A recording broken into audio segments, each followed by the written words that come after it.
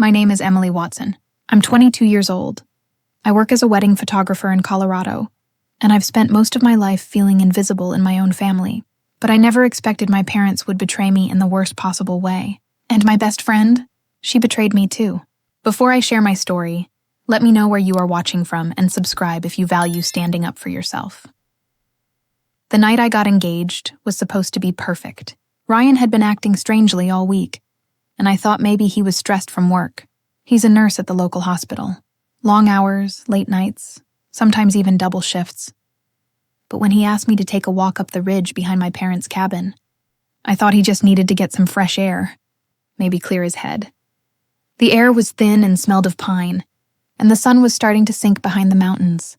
I was fiddling with my camera, trying to capture the way the golden light spilled over the trees.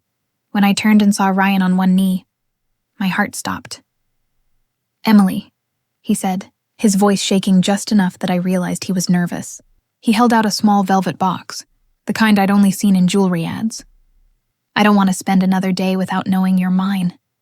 Will you marry me?" My throat tightened, my eyes burned, and I swear the world spun in slow motion. For the first time in my life, I felt chosen. I didn't hesitate. "Yes," I whispered, then laughed through my tears. "Yes." He slipped the silver ring on my finger. It wasn't huge, it wasn't flashy, but it was perfect. The kind of perfect that makes your chest ache in a good way. I hugged him, and for a second, with the mountain wind whipping around us and the sun melting into purple dusk, I believed that maybe everything in my life was finally aligning. By the time we made it back down to the cabin, night had fallen. My parents were sitting by the fire pit outside, the glow of the flames dancing across their faces. Sophie was with them, her dark curls catching the firelight, her laughter filling the space. She looked so comfortable, so at home with them. It stung, but I told myself not to be jealous.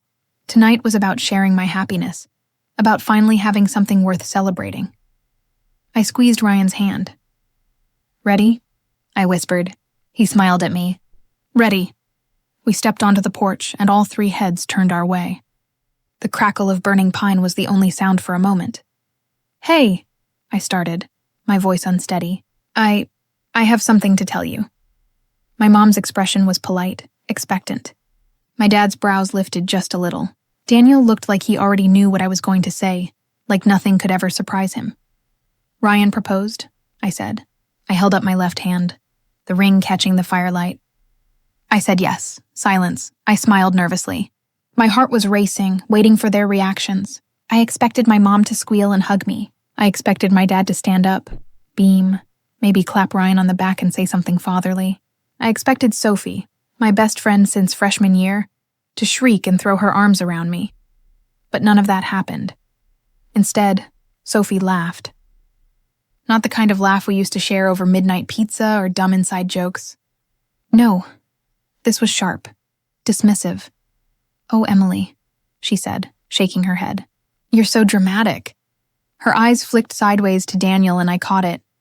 That tiny, knowing glance between them. The way his lips curled into a smirk, almost smug. I froze. "What?" I asked, the word escaping like a gasp. Sophie bit her lip, like she'd said too much. My mom quickly stepped in, her voice soft but dismissive, like she was smoothing down a wrinkle on a tablecloth. "Emily, darling," she said, patting Sophie's hand as if she were her daughter and not me. "This is nice, but your brother just got accepted into the state's top residency program. That's real news. He's going to save lives. That's what matters." My dad chuckled, swirling his beer. "Exactly. Your brother has always been destined for greatness. You take nice pictures, sweetheart, but let's not get carried away." My chest tightened until it was hard to breathe. My engagement, the moment I'd been dreaming of for years, was nothing more than a passing inconvenience to them. Just like always, Daniel's achievements cast my happiness into shadow. I looked at Sophie again. She still hadn't congratulated me. She was just smirking, her hand resting casually on Daniel's arm. "You knew, didn't you?" I asked her quietly, my voice trembling, her face flushed. It's not what you think." "You've been spending time with them without me," I pressed. "Behind my back." Sophie swallowed hard, her eyes flicking again to Daniel. I didn't know how to tell you. I thought I was protecting you. I thought I was She broke off, her voice faltering. I let out a bitter laugh, shaking my head. Protecting me? By lying to me? By sneaking around with my family? That's not protecting me, Sophie. That's betrayal. My father made a noise of irritation. Emily, enough with the dramatics. Don't ruin this trip for the rest of us. There it was again. Dramatics. They had been calling me dramatic since I was little. Whenever I cried. Whenever I wanted to be noticed. Whenever I dared to say I wasn't okay. Ryan's hand closed around mine. Em, he said softly. Let's go inside. You don't have to sit here and take this. So I stood. My chair scraped against the deck. My parents didn't stop me. Daniel didn't even look up. Sophie just gave me that pitying look, as if I were some foolish child. I turned and walked into the cabin, shutting the door behind me. My chest hurt, but my eyes were dry. For the first time, I didn't feel the urge to beg. I didn't run after them. I sat on the bed, staring at the ring on my finger. The diamond sparkled faintly in the firelight coming through the window. My throat ached. I thought of all the times I had sat at the kitchen table, watching my parents brag about Daniel's latest internship, his perfect grades, his acceptance letters. Sophie had been there too, nodding along, her eyes shining like she was part of the family. And I realized she'd always wanted that. Maybe she envied me for being born into the family she wanted. Maybe she thought if she latched onto Daniel, she'd finally be part of it. I picked up my camera and opened my laptop. I didn't even know what I wanted to write, but my fingers moved anyway, spilling the weight in my chest onto the screen. Betrayal isn't always loud. Sometimes it's quiet. Sometimes it's the absence of love when you need it most. Sometimes it's laughter that cuts like glass, slicing deeper than any knife could. For years, I let myself believe that being ignored was better than being left behind. Tonight, I learned it's all the same. When I finally leaned back, I noticed tears had blurred the screen. Ryan had dozed off on the couch, his hand still outstretched toward me as if reaching through a dream. I closed my laptop softly, slid beside him, and let his steady heartbeat lull me. For the first time in a long while, I realized maybe, just maybe, my story was only beginning. The following week should have been the happiest of my life. I should have been flipping through bridal magazines, dragging Ryan to cake tastings, and sketching out the kind of ceremony I'd always dreamed of. Instead, I was sitting cross-legged on the couch, my laptop balanced on my knees, replaying the same voicemail from Sophie over and over again. It's me. Please don't ignore me. I didn't mean to hurt you. I just didn't know how to tell you. I thought I was protecting you. Please call me, please. Her voice cracked like glass under pressure. Each time I listened, I wanted to believe she was sorry. I wanted to believe my best friend wasn't secretly betraying me with my brother. But deep down, I knew better. I had seen the way she looked at him. I had felt the shift in the air when I came back from that hike with Ryan. Ryan walked into the living room carrying 2 mugs of coffee. He placed one beside me and sat down, running a hand through his messy blonde hair. "You're listening again?" he asked gently. "I can't stop," I admitted. She laughs when I tell my family I'm engaged, and then she says she was protecting me. Protecting me from what? Ryan's jaw clenched. From being happy, apparently. "Emily, I know this is hard, but maybe this is a blessing in disguise." A blessing? I turned to him, my voice shaking. "My parents don't care. My brother is sleeping with my best friend, and you're saying it's a blessing?" "I'm saying," he said carefully, "that now you know the truth. You don't have to waste years wondering why things felt off. You see it clearly." I didn't answer. I just stared at the coffee, watching the steam swirl away. When we got back into town, I tried to distract myself by working. My camera became a shield. I accepted every wedding gig, every engagement shoot, even a few maternity photos for clients I had never met before. Behind the lens, I could control what I saw. I could crop out the ugly parts of life. But every time I framed a smiling couple, I thought of Ryan kneeling on the mountain, ring in hand. Then my parents' silence, Sophie's laughter, Daniel's smirk. I wanted to scream. I wanted to throw my camera into the canyon and watch it shatter against the rocks. Instead, I told Ryan, maybe we should keep the engagement to ourselves for a while. He frowned. "Why?" Because no one cares, I said flatly. I don't want to hear more jokes about me being dramatic.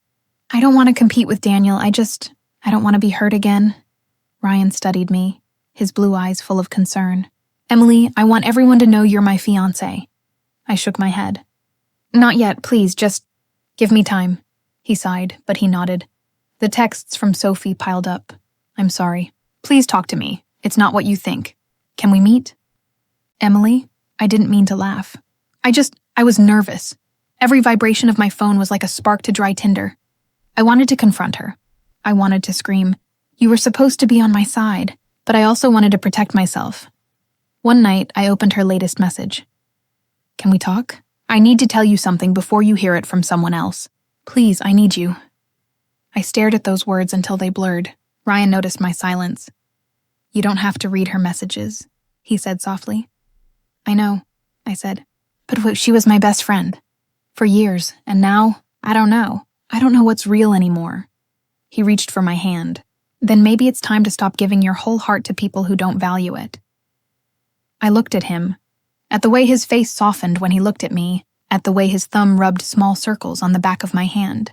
For once, I didn't feel invisible, but I also felt the heavy ache of betrayal like a stone in my chest.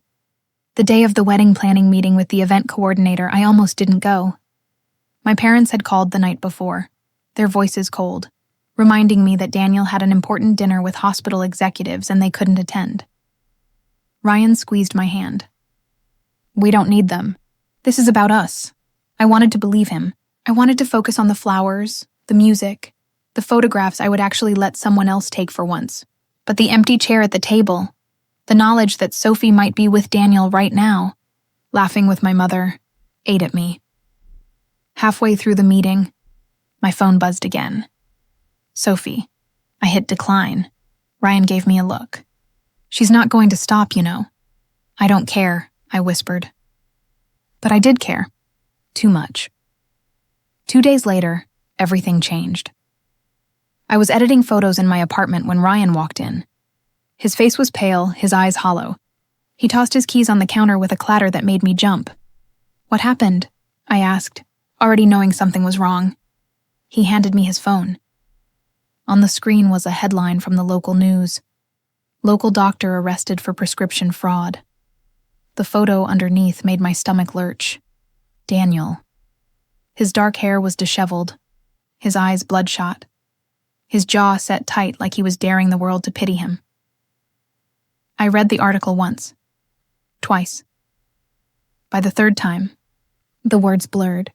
Daniel had been writing fake prescriptions for opioids, selling them to people who didn't need them, feeding his own habit on the side. One of his patients had overdosed. My mouth went dry. He's going to prison? Ryan sat down beside me.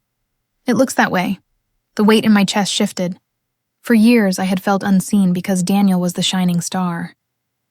And now, suddenly the star had burned out. I thought about Sophie, sitting beside him at the fire pit, laughing at my expense. Did she know about this? Did she help him? My phone buzzed again. Another voicemail from her. I pressed play. Emily, I need you. Please, I didn't know it would go this far. He told me it was just for a friend. He said it was temporary. I swear I didn't know. Her voice was ragged, desperate. I pressed delete. Then I whispered to myself, if my parents chose him over me, fine, but Sophie, she's going to learn what it feels like to be left behind. It was the first time I felt a fire inside me that wasn't just pain. It was something sharper, something that wanted justice. And as the night stretched on, I began to realize the betrayal that had broken me might also be the weapon that would finally set me free. I didn't pick up Sophie's next call. My phone lit up on the nightstand again, her name glowing across the screen, but I just stared at it until it went dark. Ryan shifted in his sleep beside me, his arm brushing against mine, and I forced myself to stay still so I wouldn't wake him. My chest ached in a way that wasn't just about heartbreak anymore. It was heavier, something I couldn't name. The house was quiet the next morning. My parents had left a note on the kitchen counter. We'll be with Daniel. Don't do anything rash. We'll talk soon, that was it. No congratulations. No we love you. Just a reminder not to make things harder. I crumpled the note in my fist until it tore. Ryan came out of the bathroom, his hair wet from the shower. He saw the paper in my hand and the expression on my face. What did they say? "They're with him," I said flatly. "Of course they are." He set the towel on the counter and leaned against it, studying me with those clear blue eyes. "What are you going to do?" I stared out the window toward the mountains. My thoughts were still a storm. Sophie's laughter by the fire, Daniel's smirk, my mom's soft, dismissive voice telling me my happiness didn't matter as much as his. "I'm going to figure out the truth," I said finally. That afternoon, I drove back to my parents' house. Their SUV was parked in the driveway, and I saw Sophie's little red car too. My stomach tightened again, but I forced myself to push open the door. The house smelled like my childhood. Lemon cleaner, coffee grounds, the faint scent of my mom's perfume lingering in the hallway. But the warmth I used to feel here was gone. I found them in the kitchen. Daniel sat at the table, pale and exhausted, his head in his hands. Sophie was next to him, her hand resting on his back, her face etched with worry. My mom fluttered around the stove, cooking breakfast like it was any other day. My dad leaned against the counter with his arms crossed, jaw tight. The moment I stepped in, the room fell silent. "Emily," Mom said, almost startled. "Hey," I muttered. Daniel didn't look up. Sophie gave me a watery smile. "I've been trying to call you." "I know." My voice cracked, but I didn't care. I didn't answer. "Don't be like this," she started. "Don't be like what?" "Upset that my best friend and my brother are sneaking around behind my back?" Ryan's hand brushed mine in quiet support, but I pulled away. I wanted to face them head on. Daniel finally looked up. His eyes were bloodshot, his jaw dark with stubble. It's not like that." "It's exactly like that," I snapped. "You couldn't stand that someone loved me, could you? You had to take it too. Emily!" My father's voice cracked like a whip. "Don't talk to your brother that way. He's going through hell. He doesn't need you making accusations." "He doesn't need me at all," I shot back. "He has you. He has her. He has the whole damn town worshiping him. He has everything. What he doesn't have is integrity. And apparently that doesn't matter to anyone here." Sophie finally spoke, her voice breaking. "I didn't plan to fall for him. It just happened. You were always so busy with your photography and Ryan. I was lonely, Em." I stared at her, searching for the friend I thought I knew. "So instead of telling me how you felt, you betrayed me? You slept with my brother while I was planning my wedding?" Tears slid down her cheeks. "I thought I could handle it. I thought it wouldn't hurt you if I kept it quiet. You thought I wouldn't find out." My laugh was harsh, bitter. "You were at the cabin when he proposed, Sophie. You watched it happen. You sat there with my parents and laughed in my face. What kind of friend does that, son?" Daniel finally muttered, "This isn't about you." My head snapped toward him. "Not about me. This is exactly about me. My fiancé, my best friend, my family. You've all made choices and none of them included me." Ryan stood up then, his face tight with anger. "Emily," he said firmly, "we don't owe anyone an explanation right now. We're engaged. That's what matters. If they can't celebrate that, then—" "Ryan," I interrupted. My voice was soft now, tired. "I need to handle this, alone." His face fell. "Emily, I love you," I whispered, "but I need to do this myself. I've been in their shadow my whole life. I need to know what's really been going on, and I can't drag you through it." He hesitated, then nodded. "Whatever you need, just promise me you won't let them break you." I gave him a small, shaky smile. "I promise." That evening, I sat with Sophie in her living room. She had begged me to come back, and against my better judgment, I had agreed. The curtains were drawn, the TV muted this time. She looked like she hadn't slept in days, her eyes rimmed red, her hands trembling as she poured herself another glass of wine. "I need to tell you something," she said, echoing my words from the night before. I folded my arms. "Yeah, I'm listening." "It wasn't just once," she said, her voice breaking. "Daniel and we've been seeing each other for months." The words hit me like a brick to the chest. Months, not days. Months. I laughed, but it wasn't humor. It was shock, sharp and bitter. Wow. You've been sleeping with my brother while sitting in my apartment, drinking wine with me, helping me pick out dresses, listening to me talk about Ryan. You smiled in my face, Sophie. You looked me in the eyes and lied. I know, she cried. I didn't mean for it to happen. He needed me. He was under so much pressure, and your parents, my parents? I cut her off, my voice shaking. They asked me to keep an eye on him, she admitted, wringing her hands. They didn't think you'd understand the stress he was under. And then one night, it just happened.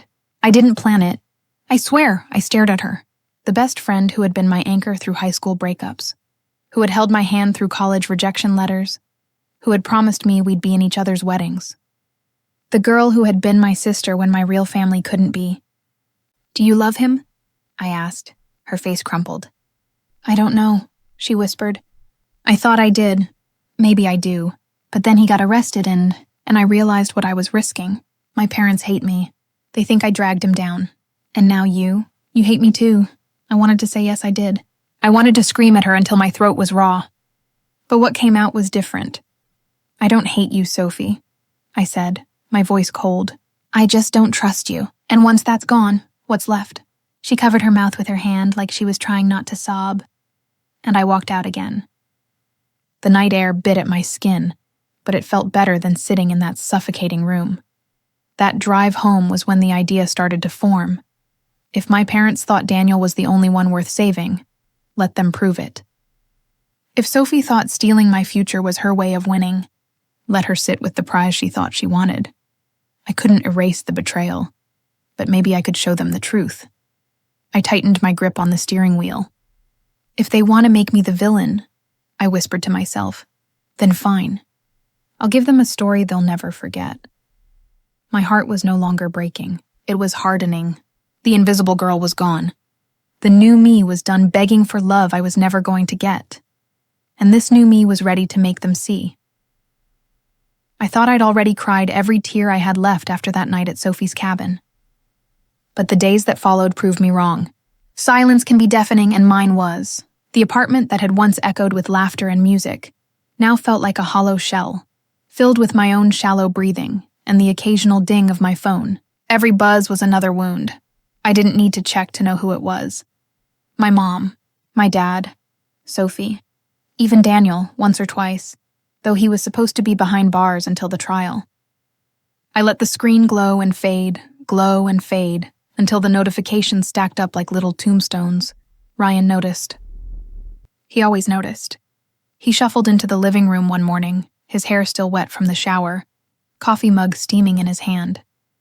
His blue eyes softened the moment they landed on me curled up on the couch, laptop unopened beside me. You didn't sleep, did you? He asked. I shook my head. Couldn't. He set the mug on the table, then lowered himself beside me. His hand brushed mine, tentative but warm. They've been calling all morning. I know, I said. My voice was rough, the kind of hoarseness that comes from trying not to cry but failing anyway. I can't talk to them right now. Ryan sighed. You don't have to. You don't owe them anything. I wanted to believe him, but the truth gnawed at me. A daughter always wants to believe her parents love her, that deep down, under the sharp comments and the sighs, there's still a place for her. But the note they'd left on the counter yesterday morning replayed in my mind. Don't do anything rash. We'll be with Daniel, as if I were the reckless one, as if I were the problem. I clenched the paper tighter in my fist until it tore down the middle. By the weekend, the whispers had started spreading beyond our house. Colorado Springs is a strange place, big enough to get lost in, small enough that your business still finds its way into someone else's coffee order. At the grocery store, two women stood by the apples. One leaned toward the other and whispered, not nearly quietly enough. Such a shame. Daniel had everything going for him. Med school, those internships in Denver, and now this. The other one sighed, shaking her head. I heard it was his fiance's best friend he was with. Can you imagine? Poor Emily. I froze mid-step, my hand gripping the handle of my basket. My name on their lips made my stomach twist. Their voices faded into a dull ringing in my ears. I set the basket down, abandoned my groceries right there, and walked out.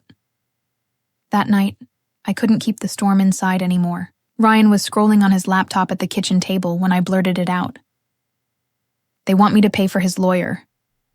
He looked up, blinking. "What?" I slammed the torn note onto the table. "They didn't ask, Ryan, they just told me. Like it's obvious. Like of course Emily will give up everything for Daniel. That's what I've always been good for."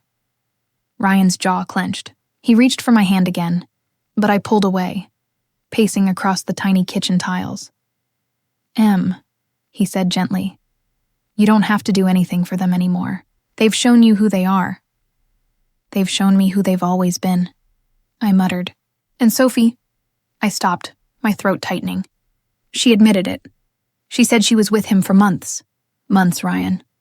All that time, smiling in my face, helping me pick wedding invitations, talking about color schemes, and she was with him. His expression darkened. "And your parents?" "They think she ruined him. Not that he ruined me." I laughed, but it sounded bitter, jagged. They actually used the word trivial. Like me, my life, my happiness, is nothing compared to his.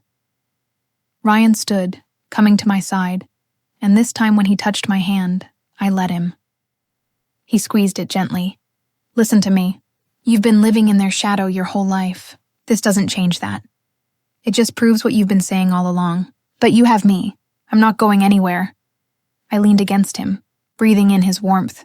For the first time since this nightmare began, my body stopped shaking. The next day, I opened my laptop and clicked through my old photos. Weddings I'd shot when I was barely out of high school, portraits of smiling strangers. A little boy in cowboy boots holding his mother's hand at a county fair. Then I found a folder labeled Christmas 2017. My chest tightened. I clicked. There was Daniel in his med school hoodie, grinning like he had conquered the world. My parents flanking him, their faces glowing with pride. And in the background, Sophie. She wasn't looking at me. She was looking at him, her hand on his arm, her smile a little too wide. My stomach twisted. It had been happening all along. The late-night study sessions, the way she always lit up when he walked in. The way my parents seemed so delighted to have her around, as if she were already family, while I was just extra. All those years of wondering if I was enough for them, all the birthdays overshadowed by his achievements, all the dinners where my voice was drowned out by his stories, and Sophie, the one person I thought would never betray me, had been right there by his side, waiting for me to be distracted so she could take what she wanted. I stared at the photo until the edges blurred, hot tears spilling down my face. They had chosen each other long before Ryan. I just hadn't seen it. That night, while Ryan made pasta in the kitchen, I sat at the table scrolling through the news on my phone. The headlines confirmed what the gossip in the grocery store had hinted at. Daniel had been denied bail. Prosecutors alleged Dr. Daniel Brooks prescribed opioids to patients in exchange for cash and favors. The article read, "He faces multiple counts of fraud, malpractice, and endangerment." There was his picture again, the same handsome smile that had always fooled everyone. Only now it looked smug instead of charming. My phone buzzed. Sophie. A text this time. "He's gone. I don't know what to do. My parents won't even look at me. Please, Emily, please answer me." I stared at the message for a long time. My thumb hovered over the screen. Finally, I called her. She picked up on the first ring. "Emily," she breathed, her voice breaking. "Thank God, I've been losing my mind. Daniel's in jail and your parents. They blame me for everything. They won't even let me in the house. I don't know where to go." My stomach tightened. "So now you need me?" "It wasn't supposed to happen like this," she sobbed. "He told me he loved me. He told me you didn't care about him like I did. I thought he was telling the truth. But he lied to me too. There was someone else. One of the nurses. Can you believe that?" I closed my eyes. The betrayal twisted into something darker. Not just betrayal, but exposure. She had sacrificed everything, only to realize she was disposable to him too. "You ruined us, Sophie," I said quietly. "You ruined what we had for someone who didn't even love you." "And now," I trailed off, searching for the right words. "Please don't hate me," she whispered. "You're all I have left." I looked at the ring on my finger. Ryan was in the kitchen humming. humming like life hadn't cracked wide open, like he still saw a future with me. My parents, the same parents who had always favored my brother, were now standing by his side as his world collapsed. Sophie was alone, cut off from them, cut off from me, holding the ashes of a love that had never been real. And for the first time, I realized something important. I wasn't the one who had lost everything. I wasn't the one who had thrown away the best thing I had. That wasn't me. That was her. I woke up on the morning of my wedding with a heaviness in my chest I couldn't quite name. The September sun slipped between the blinds, striping the sheets with gold, but I felt none of its warmth. Ryan was still asleep beside me, his face relaxed, his breathing steady. I lay there for a while, listening to him, reminding myself that today wasn't about the people who had let me down.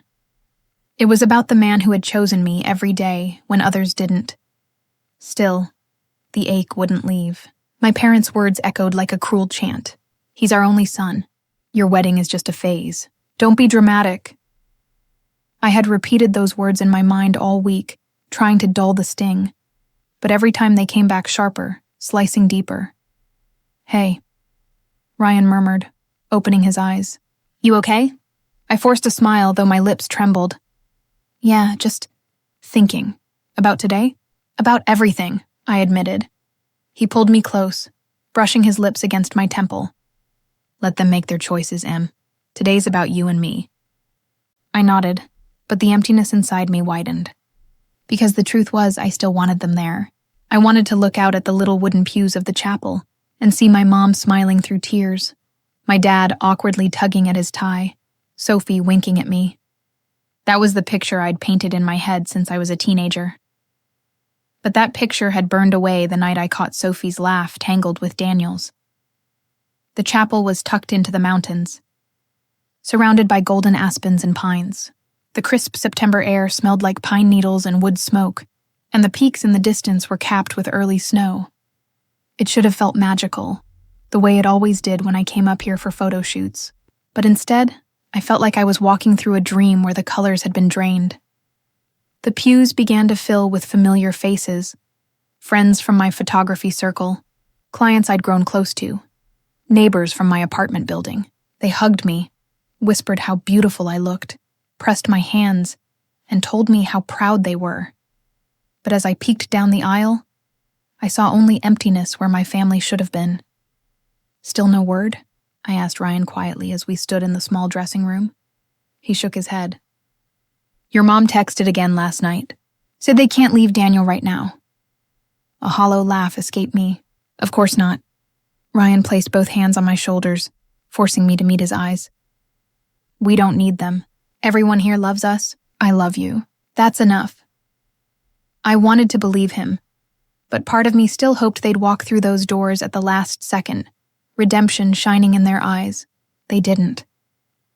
When the music started and I walked down the aisle, the weight of those empty seats pressed on me. But then I saw Ryan at the altar, standing tall in his navy suit, his eyes locked on mine as if I were the only person in the world. The ceremony felt like a dreamscape. My voice shook when I said my vows, but Ryan's hand was steady, his eyes unwavering. I choose you, Emily, he said. Every day, I choose you. My breath caught, but this time not from pain. I felt a warmth blooming inside me, pushing against the cold emptiness that had haunted me all week. We kissed, and for a moment, the whispers and the shadows and the betrayals fell away. There was only us, only this promise. The small group of friends cheered. The photographer, not me for once, captured every smile, every tear. I looked at the empty pews again, and instead of sadness, I felt relief. They weren't here. They had chosen Daniel. But I had chosen something else. I had chosen myself. The reception was held in a cozy lodge with wooden beams and fairy lights strung from the rafters. We didn't have the money for grandeur, but what we had was ours. My friends danced barefoot on the floorboards. Ryan's coworker strummed a guitar. The air smelled of pine, cinnamon, and champagne. Between the music and the laughter, I almost forgot about the hollow place in me. Almost. Sophie's text still burned in the back of my mind. He ruined me too. I wanted to feel bad for her, but the image of her with Daniel, her hand grazing his arm while mine reached for his, kept flashing back. "Dance with me," Ryan said, pulling me from my thoughts. "I don't know if I can," I whispered. "You can," he said. "You already made it down that aisle without them." That was the hardest part. So I let him lead me to the floor, our bodies swaying slowly to the music. My friends clapped along, and for a moment, I allowed myself to feel the weight of what I did have, instead of what I'd lost. But even on my wedding day, the ghost of my brother loomed. Midway through the evening, my cousin slipped me her phone. On the screen was a news notification. Daniel had been officially charged with multiple counts of prescription fraud and was facing a decade in prison if convicted. I stared at his mugshot. His once bright eyes were dull, his jawline tight with fear. He looked nothing like the golden boy my parents had always held up as the family's pride. Ryan read over my shoulder and shook his head. "He did this to himself." "Yeah," I whispered. "But it still feels like my whole family fell apart." "You didn't fall apart," Ryan said. "You built something. Look around." He gestured to the room. My friends laughing, the fairy lights glowing, the cake sitting untouched because everyone was too busy talking and dancing. It wasn't the wedding I'd once pictured, but it was mine. The night wound down slowly. People hugged me, kissed my cheeks, whispered how happy they were for us. And yet there was always the weight of absence. The empty chairs, the missing faces. When the last guest left and Ryan and I sat together, shoes off, my gown draped over the side of the couch, I finally exhaled. "It wasn't perfect," I said softly. He kissed my hand. It was ours. And that, I realized, mattered more than anything. The house was quiet the evening I finally agreed to see my parents again.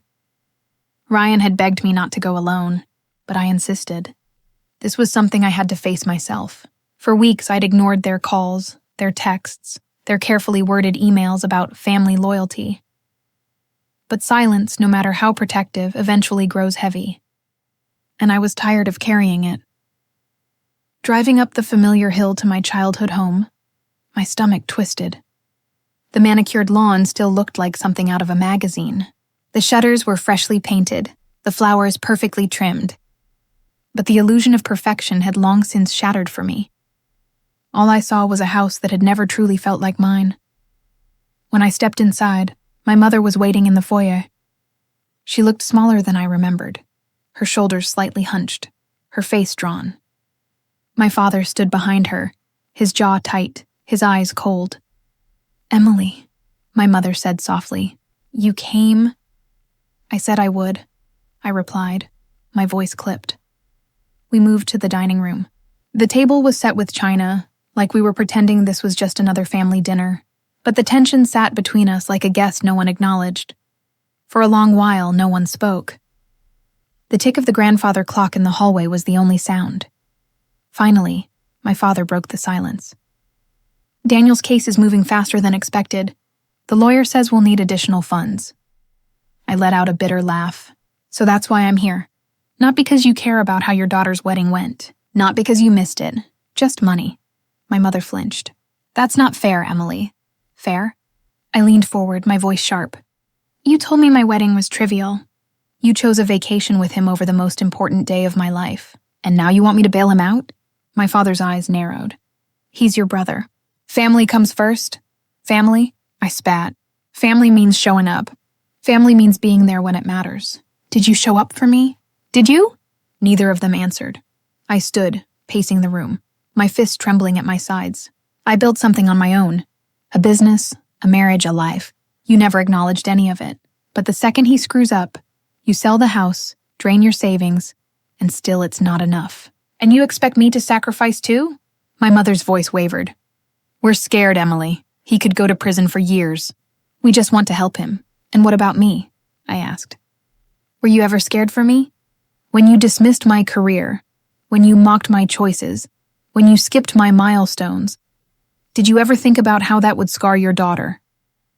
The room went quiet again.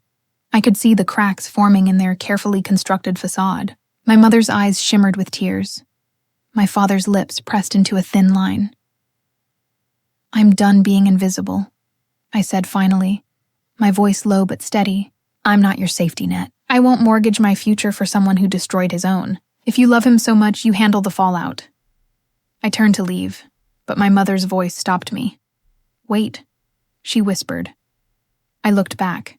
Her face was pale, but her eyes held something I hadn't seen before. Desperation. There's something you should know, she said. Something we never told you, my pulse quickened. What are you talking about? My father shot her a warning glance. Eleanor! She deserves to know, Harold, she snapped, her voice breaking. She suffered enough. The air thickened. My chest rose and fell rapidly. Tell me, I demanded. My mother swallowed hard. When you were born, things were complicated. Your father's practice was struggling. We didn't know if we could manage 2 children. Daniel was already 6, and he was bright, promising. Everyone said he'd go far. We poured everything into him. We thought, if one of you had to succeed, it had to be him. Her words hit me like a punch to the gut. So what? You decided I didn't matter? Tears slid down her cheeks. We didn't mean it like that. We thought you were strong enough, independent enough, to make it on your own. We never realized how much we hurt you. I shook my head, disbelief crashing over me. You made a choice. You chose him over me before I was old enough to even understand. And now you wonder why I won't save him? Why I won't sacrifice myself for him? My father's face was stone. Daniel was always meant to carry this family's legacy. I laughed bitterly, my eyes stinging.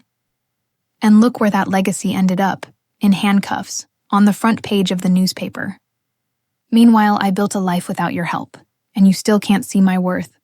The silence that followed was suffocating. I took a deep breath, steadying myself. I came here to give you one chance.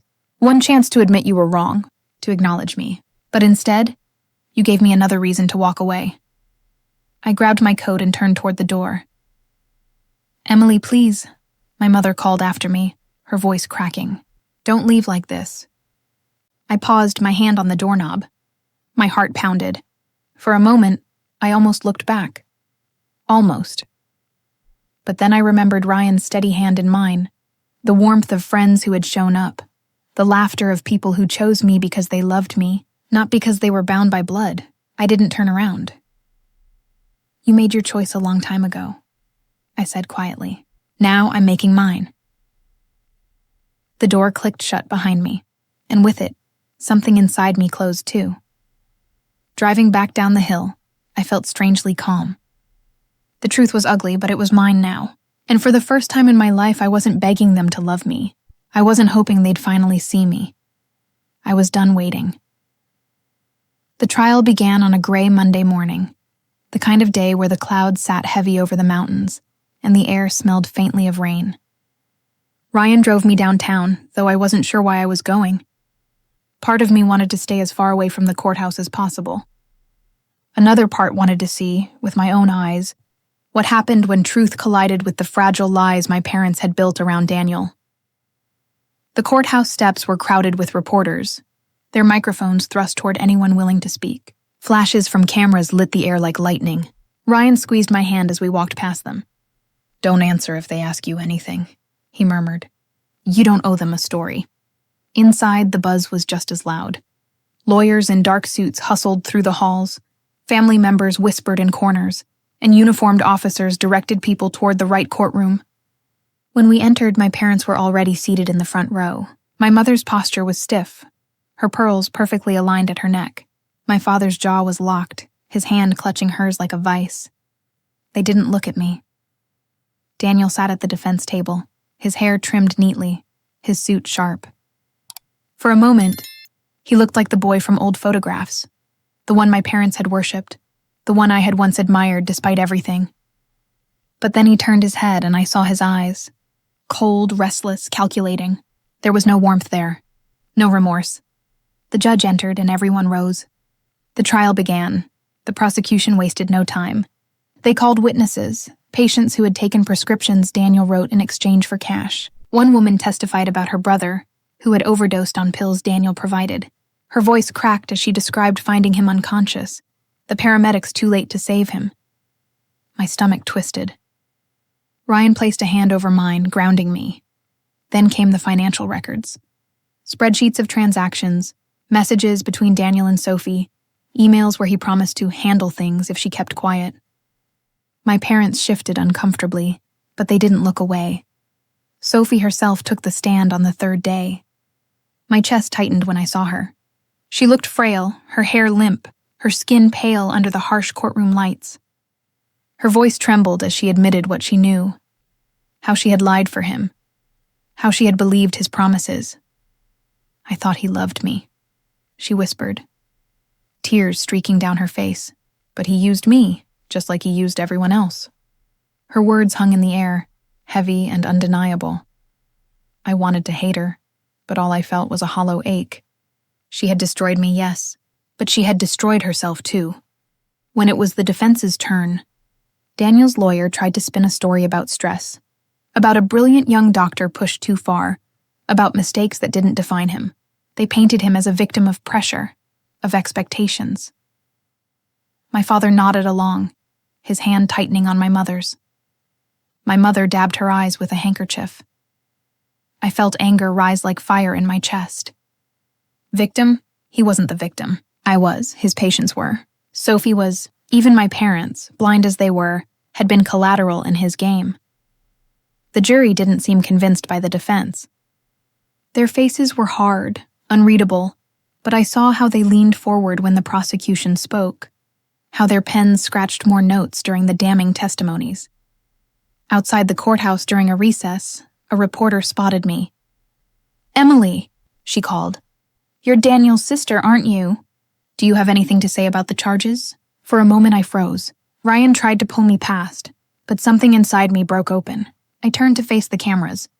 "Yes," I said, my voice steady though my hands shook.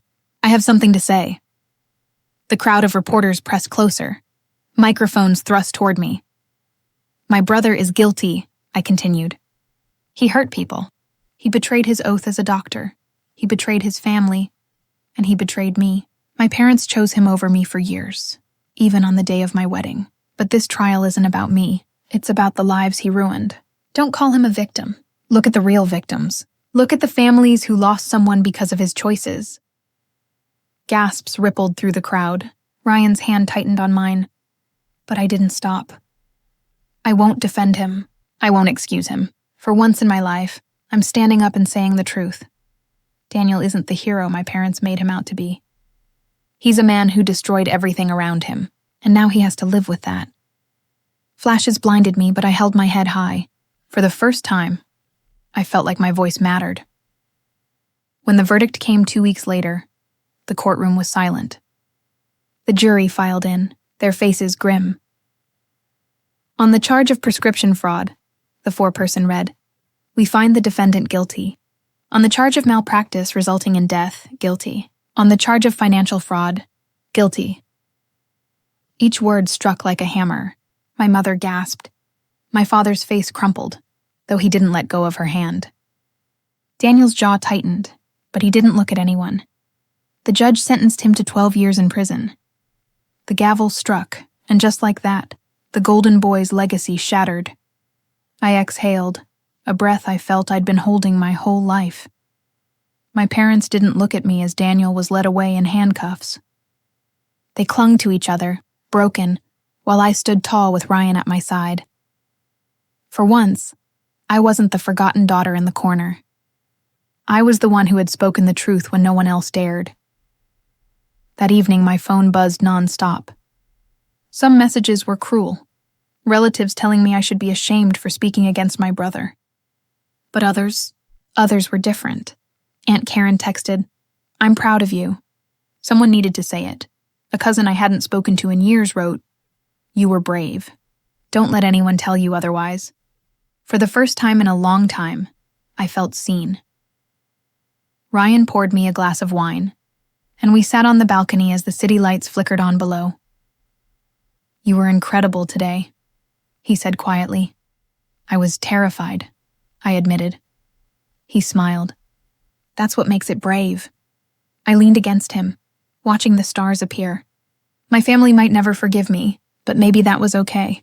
I hadn't spoken for them. I'd spoken for me, and for the people Daniel had hurt. The days after Daniel's sentencing felt strangely quiet, It was as if the whole town had exhaled at once, and then fallen into a heavy, uneasy silence. Headlines screamed his name for a week before fading into smaller columns, replaced by fresher scandals. But for us, the fallout lingered in every corner. I avoided my parents' calls at first. They rang constantly, sometimes twice in the same hour. Ryan would look at my phone light up on the counter and shake his head. "You don't have to answer, Em," he'd say. "Not unless you want to." But curiosity gnawed at me. What did they want now? What excuse, what plea, what accusation would come out of their mouths? On the fourth day, I picked up. "Emily." My mother's voice cracked like she'd been crying for hours. "Please, can we talk?" I hesitated. Then flatly, "About what?" Her breath caught. "We've lost everything. The house, the savings, your father's reputation. Everyone looks at us like we're monsters. We don't know how to live with this." For a moment, I almost pitied her. Almost. But then I remembered all the times she'd dismissed me, brushed me aside, chosen Daniel. "You mean you don't know how to live without the illusion?" I said quietly. "Emily, that's cruel." "What's cruel?" I snapped. "Is spending my whole life making me feel invisible. What's cruel is skipping my wedding because your golden boy needed coddling. What's cruel is pretending you loved us both the same when you never did." There was silence on the other end. I could hear her breathing, shallow, ragged. Finally, she whispered, "You don't understand. We thought we were doing what was best." "For who?" I demanded. "For Daniel? For the family name? Because it sure as hell wasn't for me." She didn't answer. I ended the call. That week, people began to whisper. Not about Daniel anymore, but about me. She was brave, some said. Spoke out when no one else would. Others shook their heads. How could she turn on her own brother like that? At the grocery store, 2 women from my old neighborhood cornered me near the fruit stand. "Emily," one of them said, tilting her head with a faux sympathy that made my stomach turn. "It must be hard, knowing your testimony pushed him over the edge." I clenched the cart handle. "It wasn't my testimony. It was his actions," the other woman tisked. "Still, blood is blood. I could never speak against my own family." I looked them both in the eye. "Then I hope your family never betrays you the way mine did." They flinched, falling silent. I walked away without looking back. Ryan became my shield. He'd intercept texts, tell people to leave me alone, remind me that the whispers didn't matter. But they still stung. Years of being overlooked had left me raw, and now, being noticed for the wrong reasons burned almost as much. At night, I'd lie awake, staring at the ceiling. Ryan would roll over, wrap his arms around me, and whisper, "You're not alone, Em. You never were. Not with me." And slowly, his words began to sink in. 2 weeks later, I saw Sophie again. Not by choice. We crossed paths in the courthouse hallway during one of Daniel's appeal filings. She looked even thinner than before, her once bright eyes hollow. "Emily," she whispered, reaching out as if to touch my arm. I stepped back. "You were right," she said, her voice trembling. "I lost everything. He never loved me. He used me, and now I have nothing." I studied her, the girl who had once been my closest friend. "You made your choice," I said quietly. "And now you're living with it." Tears filled her eyes. "I'm sorry, I didn't answer." Sorry wasn't enough. Not for the knife she'd driven into my back. Ryan appeared beside me, his arm firm around my shoulders. "We're done here," he told her. We walked away, and I didn't look back. The months stretched on. My parents sold the house and moved into a small condo across town. They invited me once, a desperate olive branch, but I declined. I couldn't stomach walking into another space they'd try to dress up as normal while pretending their choices hadn't burned our family to the ground. Instead, I poured myself into work. Weddings, portraits, small gallery shows. Behind the lens, I found something steady, something mine. I captured joy, intimacy, love, all the things I had craved growing up. And with every shutter click, I reclaimed a little more of myself. One evening after a long day of editing, Ryan set down 2 mugs of tea on my desk. "You've been quiet," he said gently. I leaned back, rubbing my eyes. "I keep thinking about what my mom said. That they thought they were doing what was best. Ryan frowned. That doesn't excuse what they did. I know, I sighed. But part of me still wants to understand. Why was Daniel always worth everything, and I was worth nothing? He reached for my hand. Maybe it was never about you being less. Maybe it was about them being blind. I let his words sink in. Maybe he was right. Maybe I'd been fighting for something I was never going to get. By spring, the scandal faded from headlines. But the scars in my family remained. My parents stopped calling as often, their silence heavier than their words had ever been. Daniel was transferred to a prison 2 states away. Sophie disappeared, swallowed by her own guilt. And me? I kept building. My studio grew, clients booked months in advance, and Ryan and I talked about starting a family. One night, curled up together on the couch, I whispered, "Do you ever think they'll regret it? Choosing him over me?" Ryan kissed my hair. "They already do. They just don't know how to admit it yet." I closed my eyes, letting his heartbeat steady mine. For the first time in years, I believed him. When the dust finally settled, I stood at the edge of my own life and realized something important. Sophie hadn't just betrayed me, she had betrayed herself.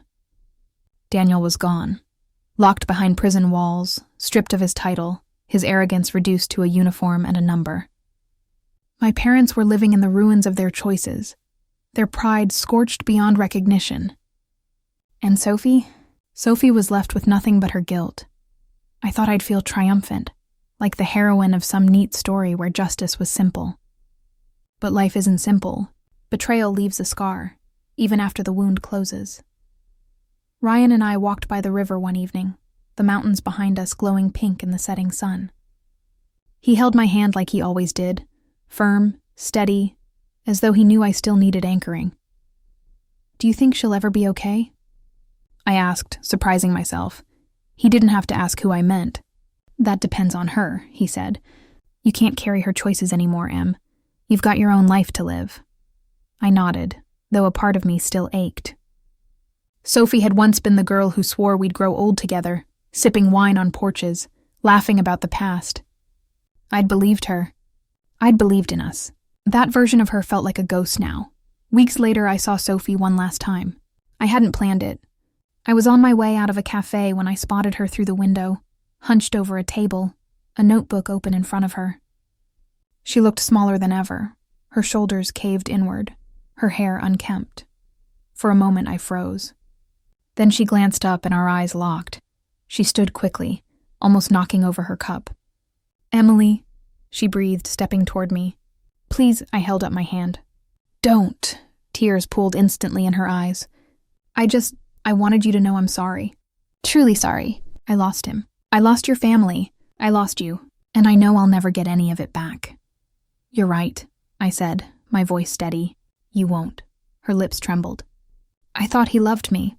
I thought I was winning." I let out a bitter laugh. "You weren't winning, Sophie. You were gambling with my life, and you lost yours in the process." She swallowed hard, nodding. "I see that now. I don't know how to live with myself."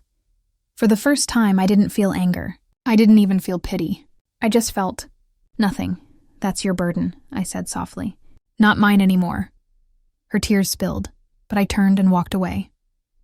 I didn't look back. That chapter was closed. Life moved forward. My studio grew busier than ever. And Ryan and I found ourselves talking about a future that felt bright, untainted by the shadows of my past. We took weekend trips to places I'd never seen, filling photo albums with memories that were mine, ours, not borrowed from anyone else's expectations. And slowly, the bitterness eased. Not because the betrayal hurt less, but because I stopped letting it define me. One evening, Ryan surprised me with a framed print of one of my own photos, a candid shot of me laughing at a wedding reception, camera in hand, light in my eyes. He hung it on the wall above our couch. "That's the real you," he said quietly, "the one who deserves to be seen." I stared at it for a long time, tears welling. For so long I had been invisible. Now, I was finally visible. To him, to myself, to the life I was building. The last time my parents tried to contact me was months later. A brief, half-hearted voicemail from my mother, We miss you. Maybe we can start over.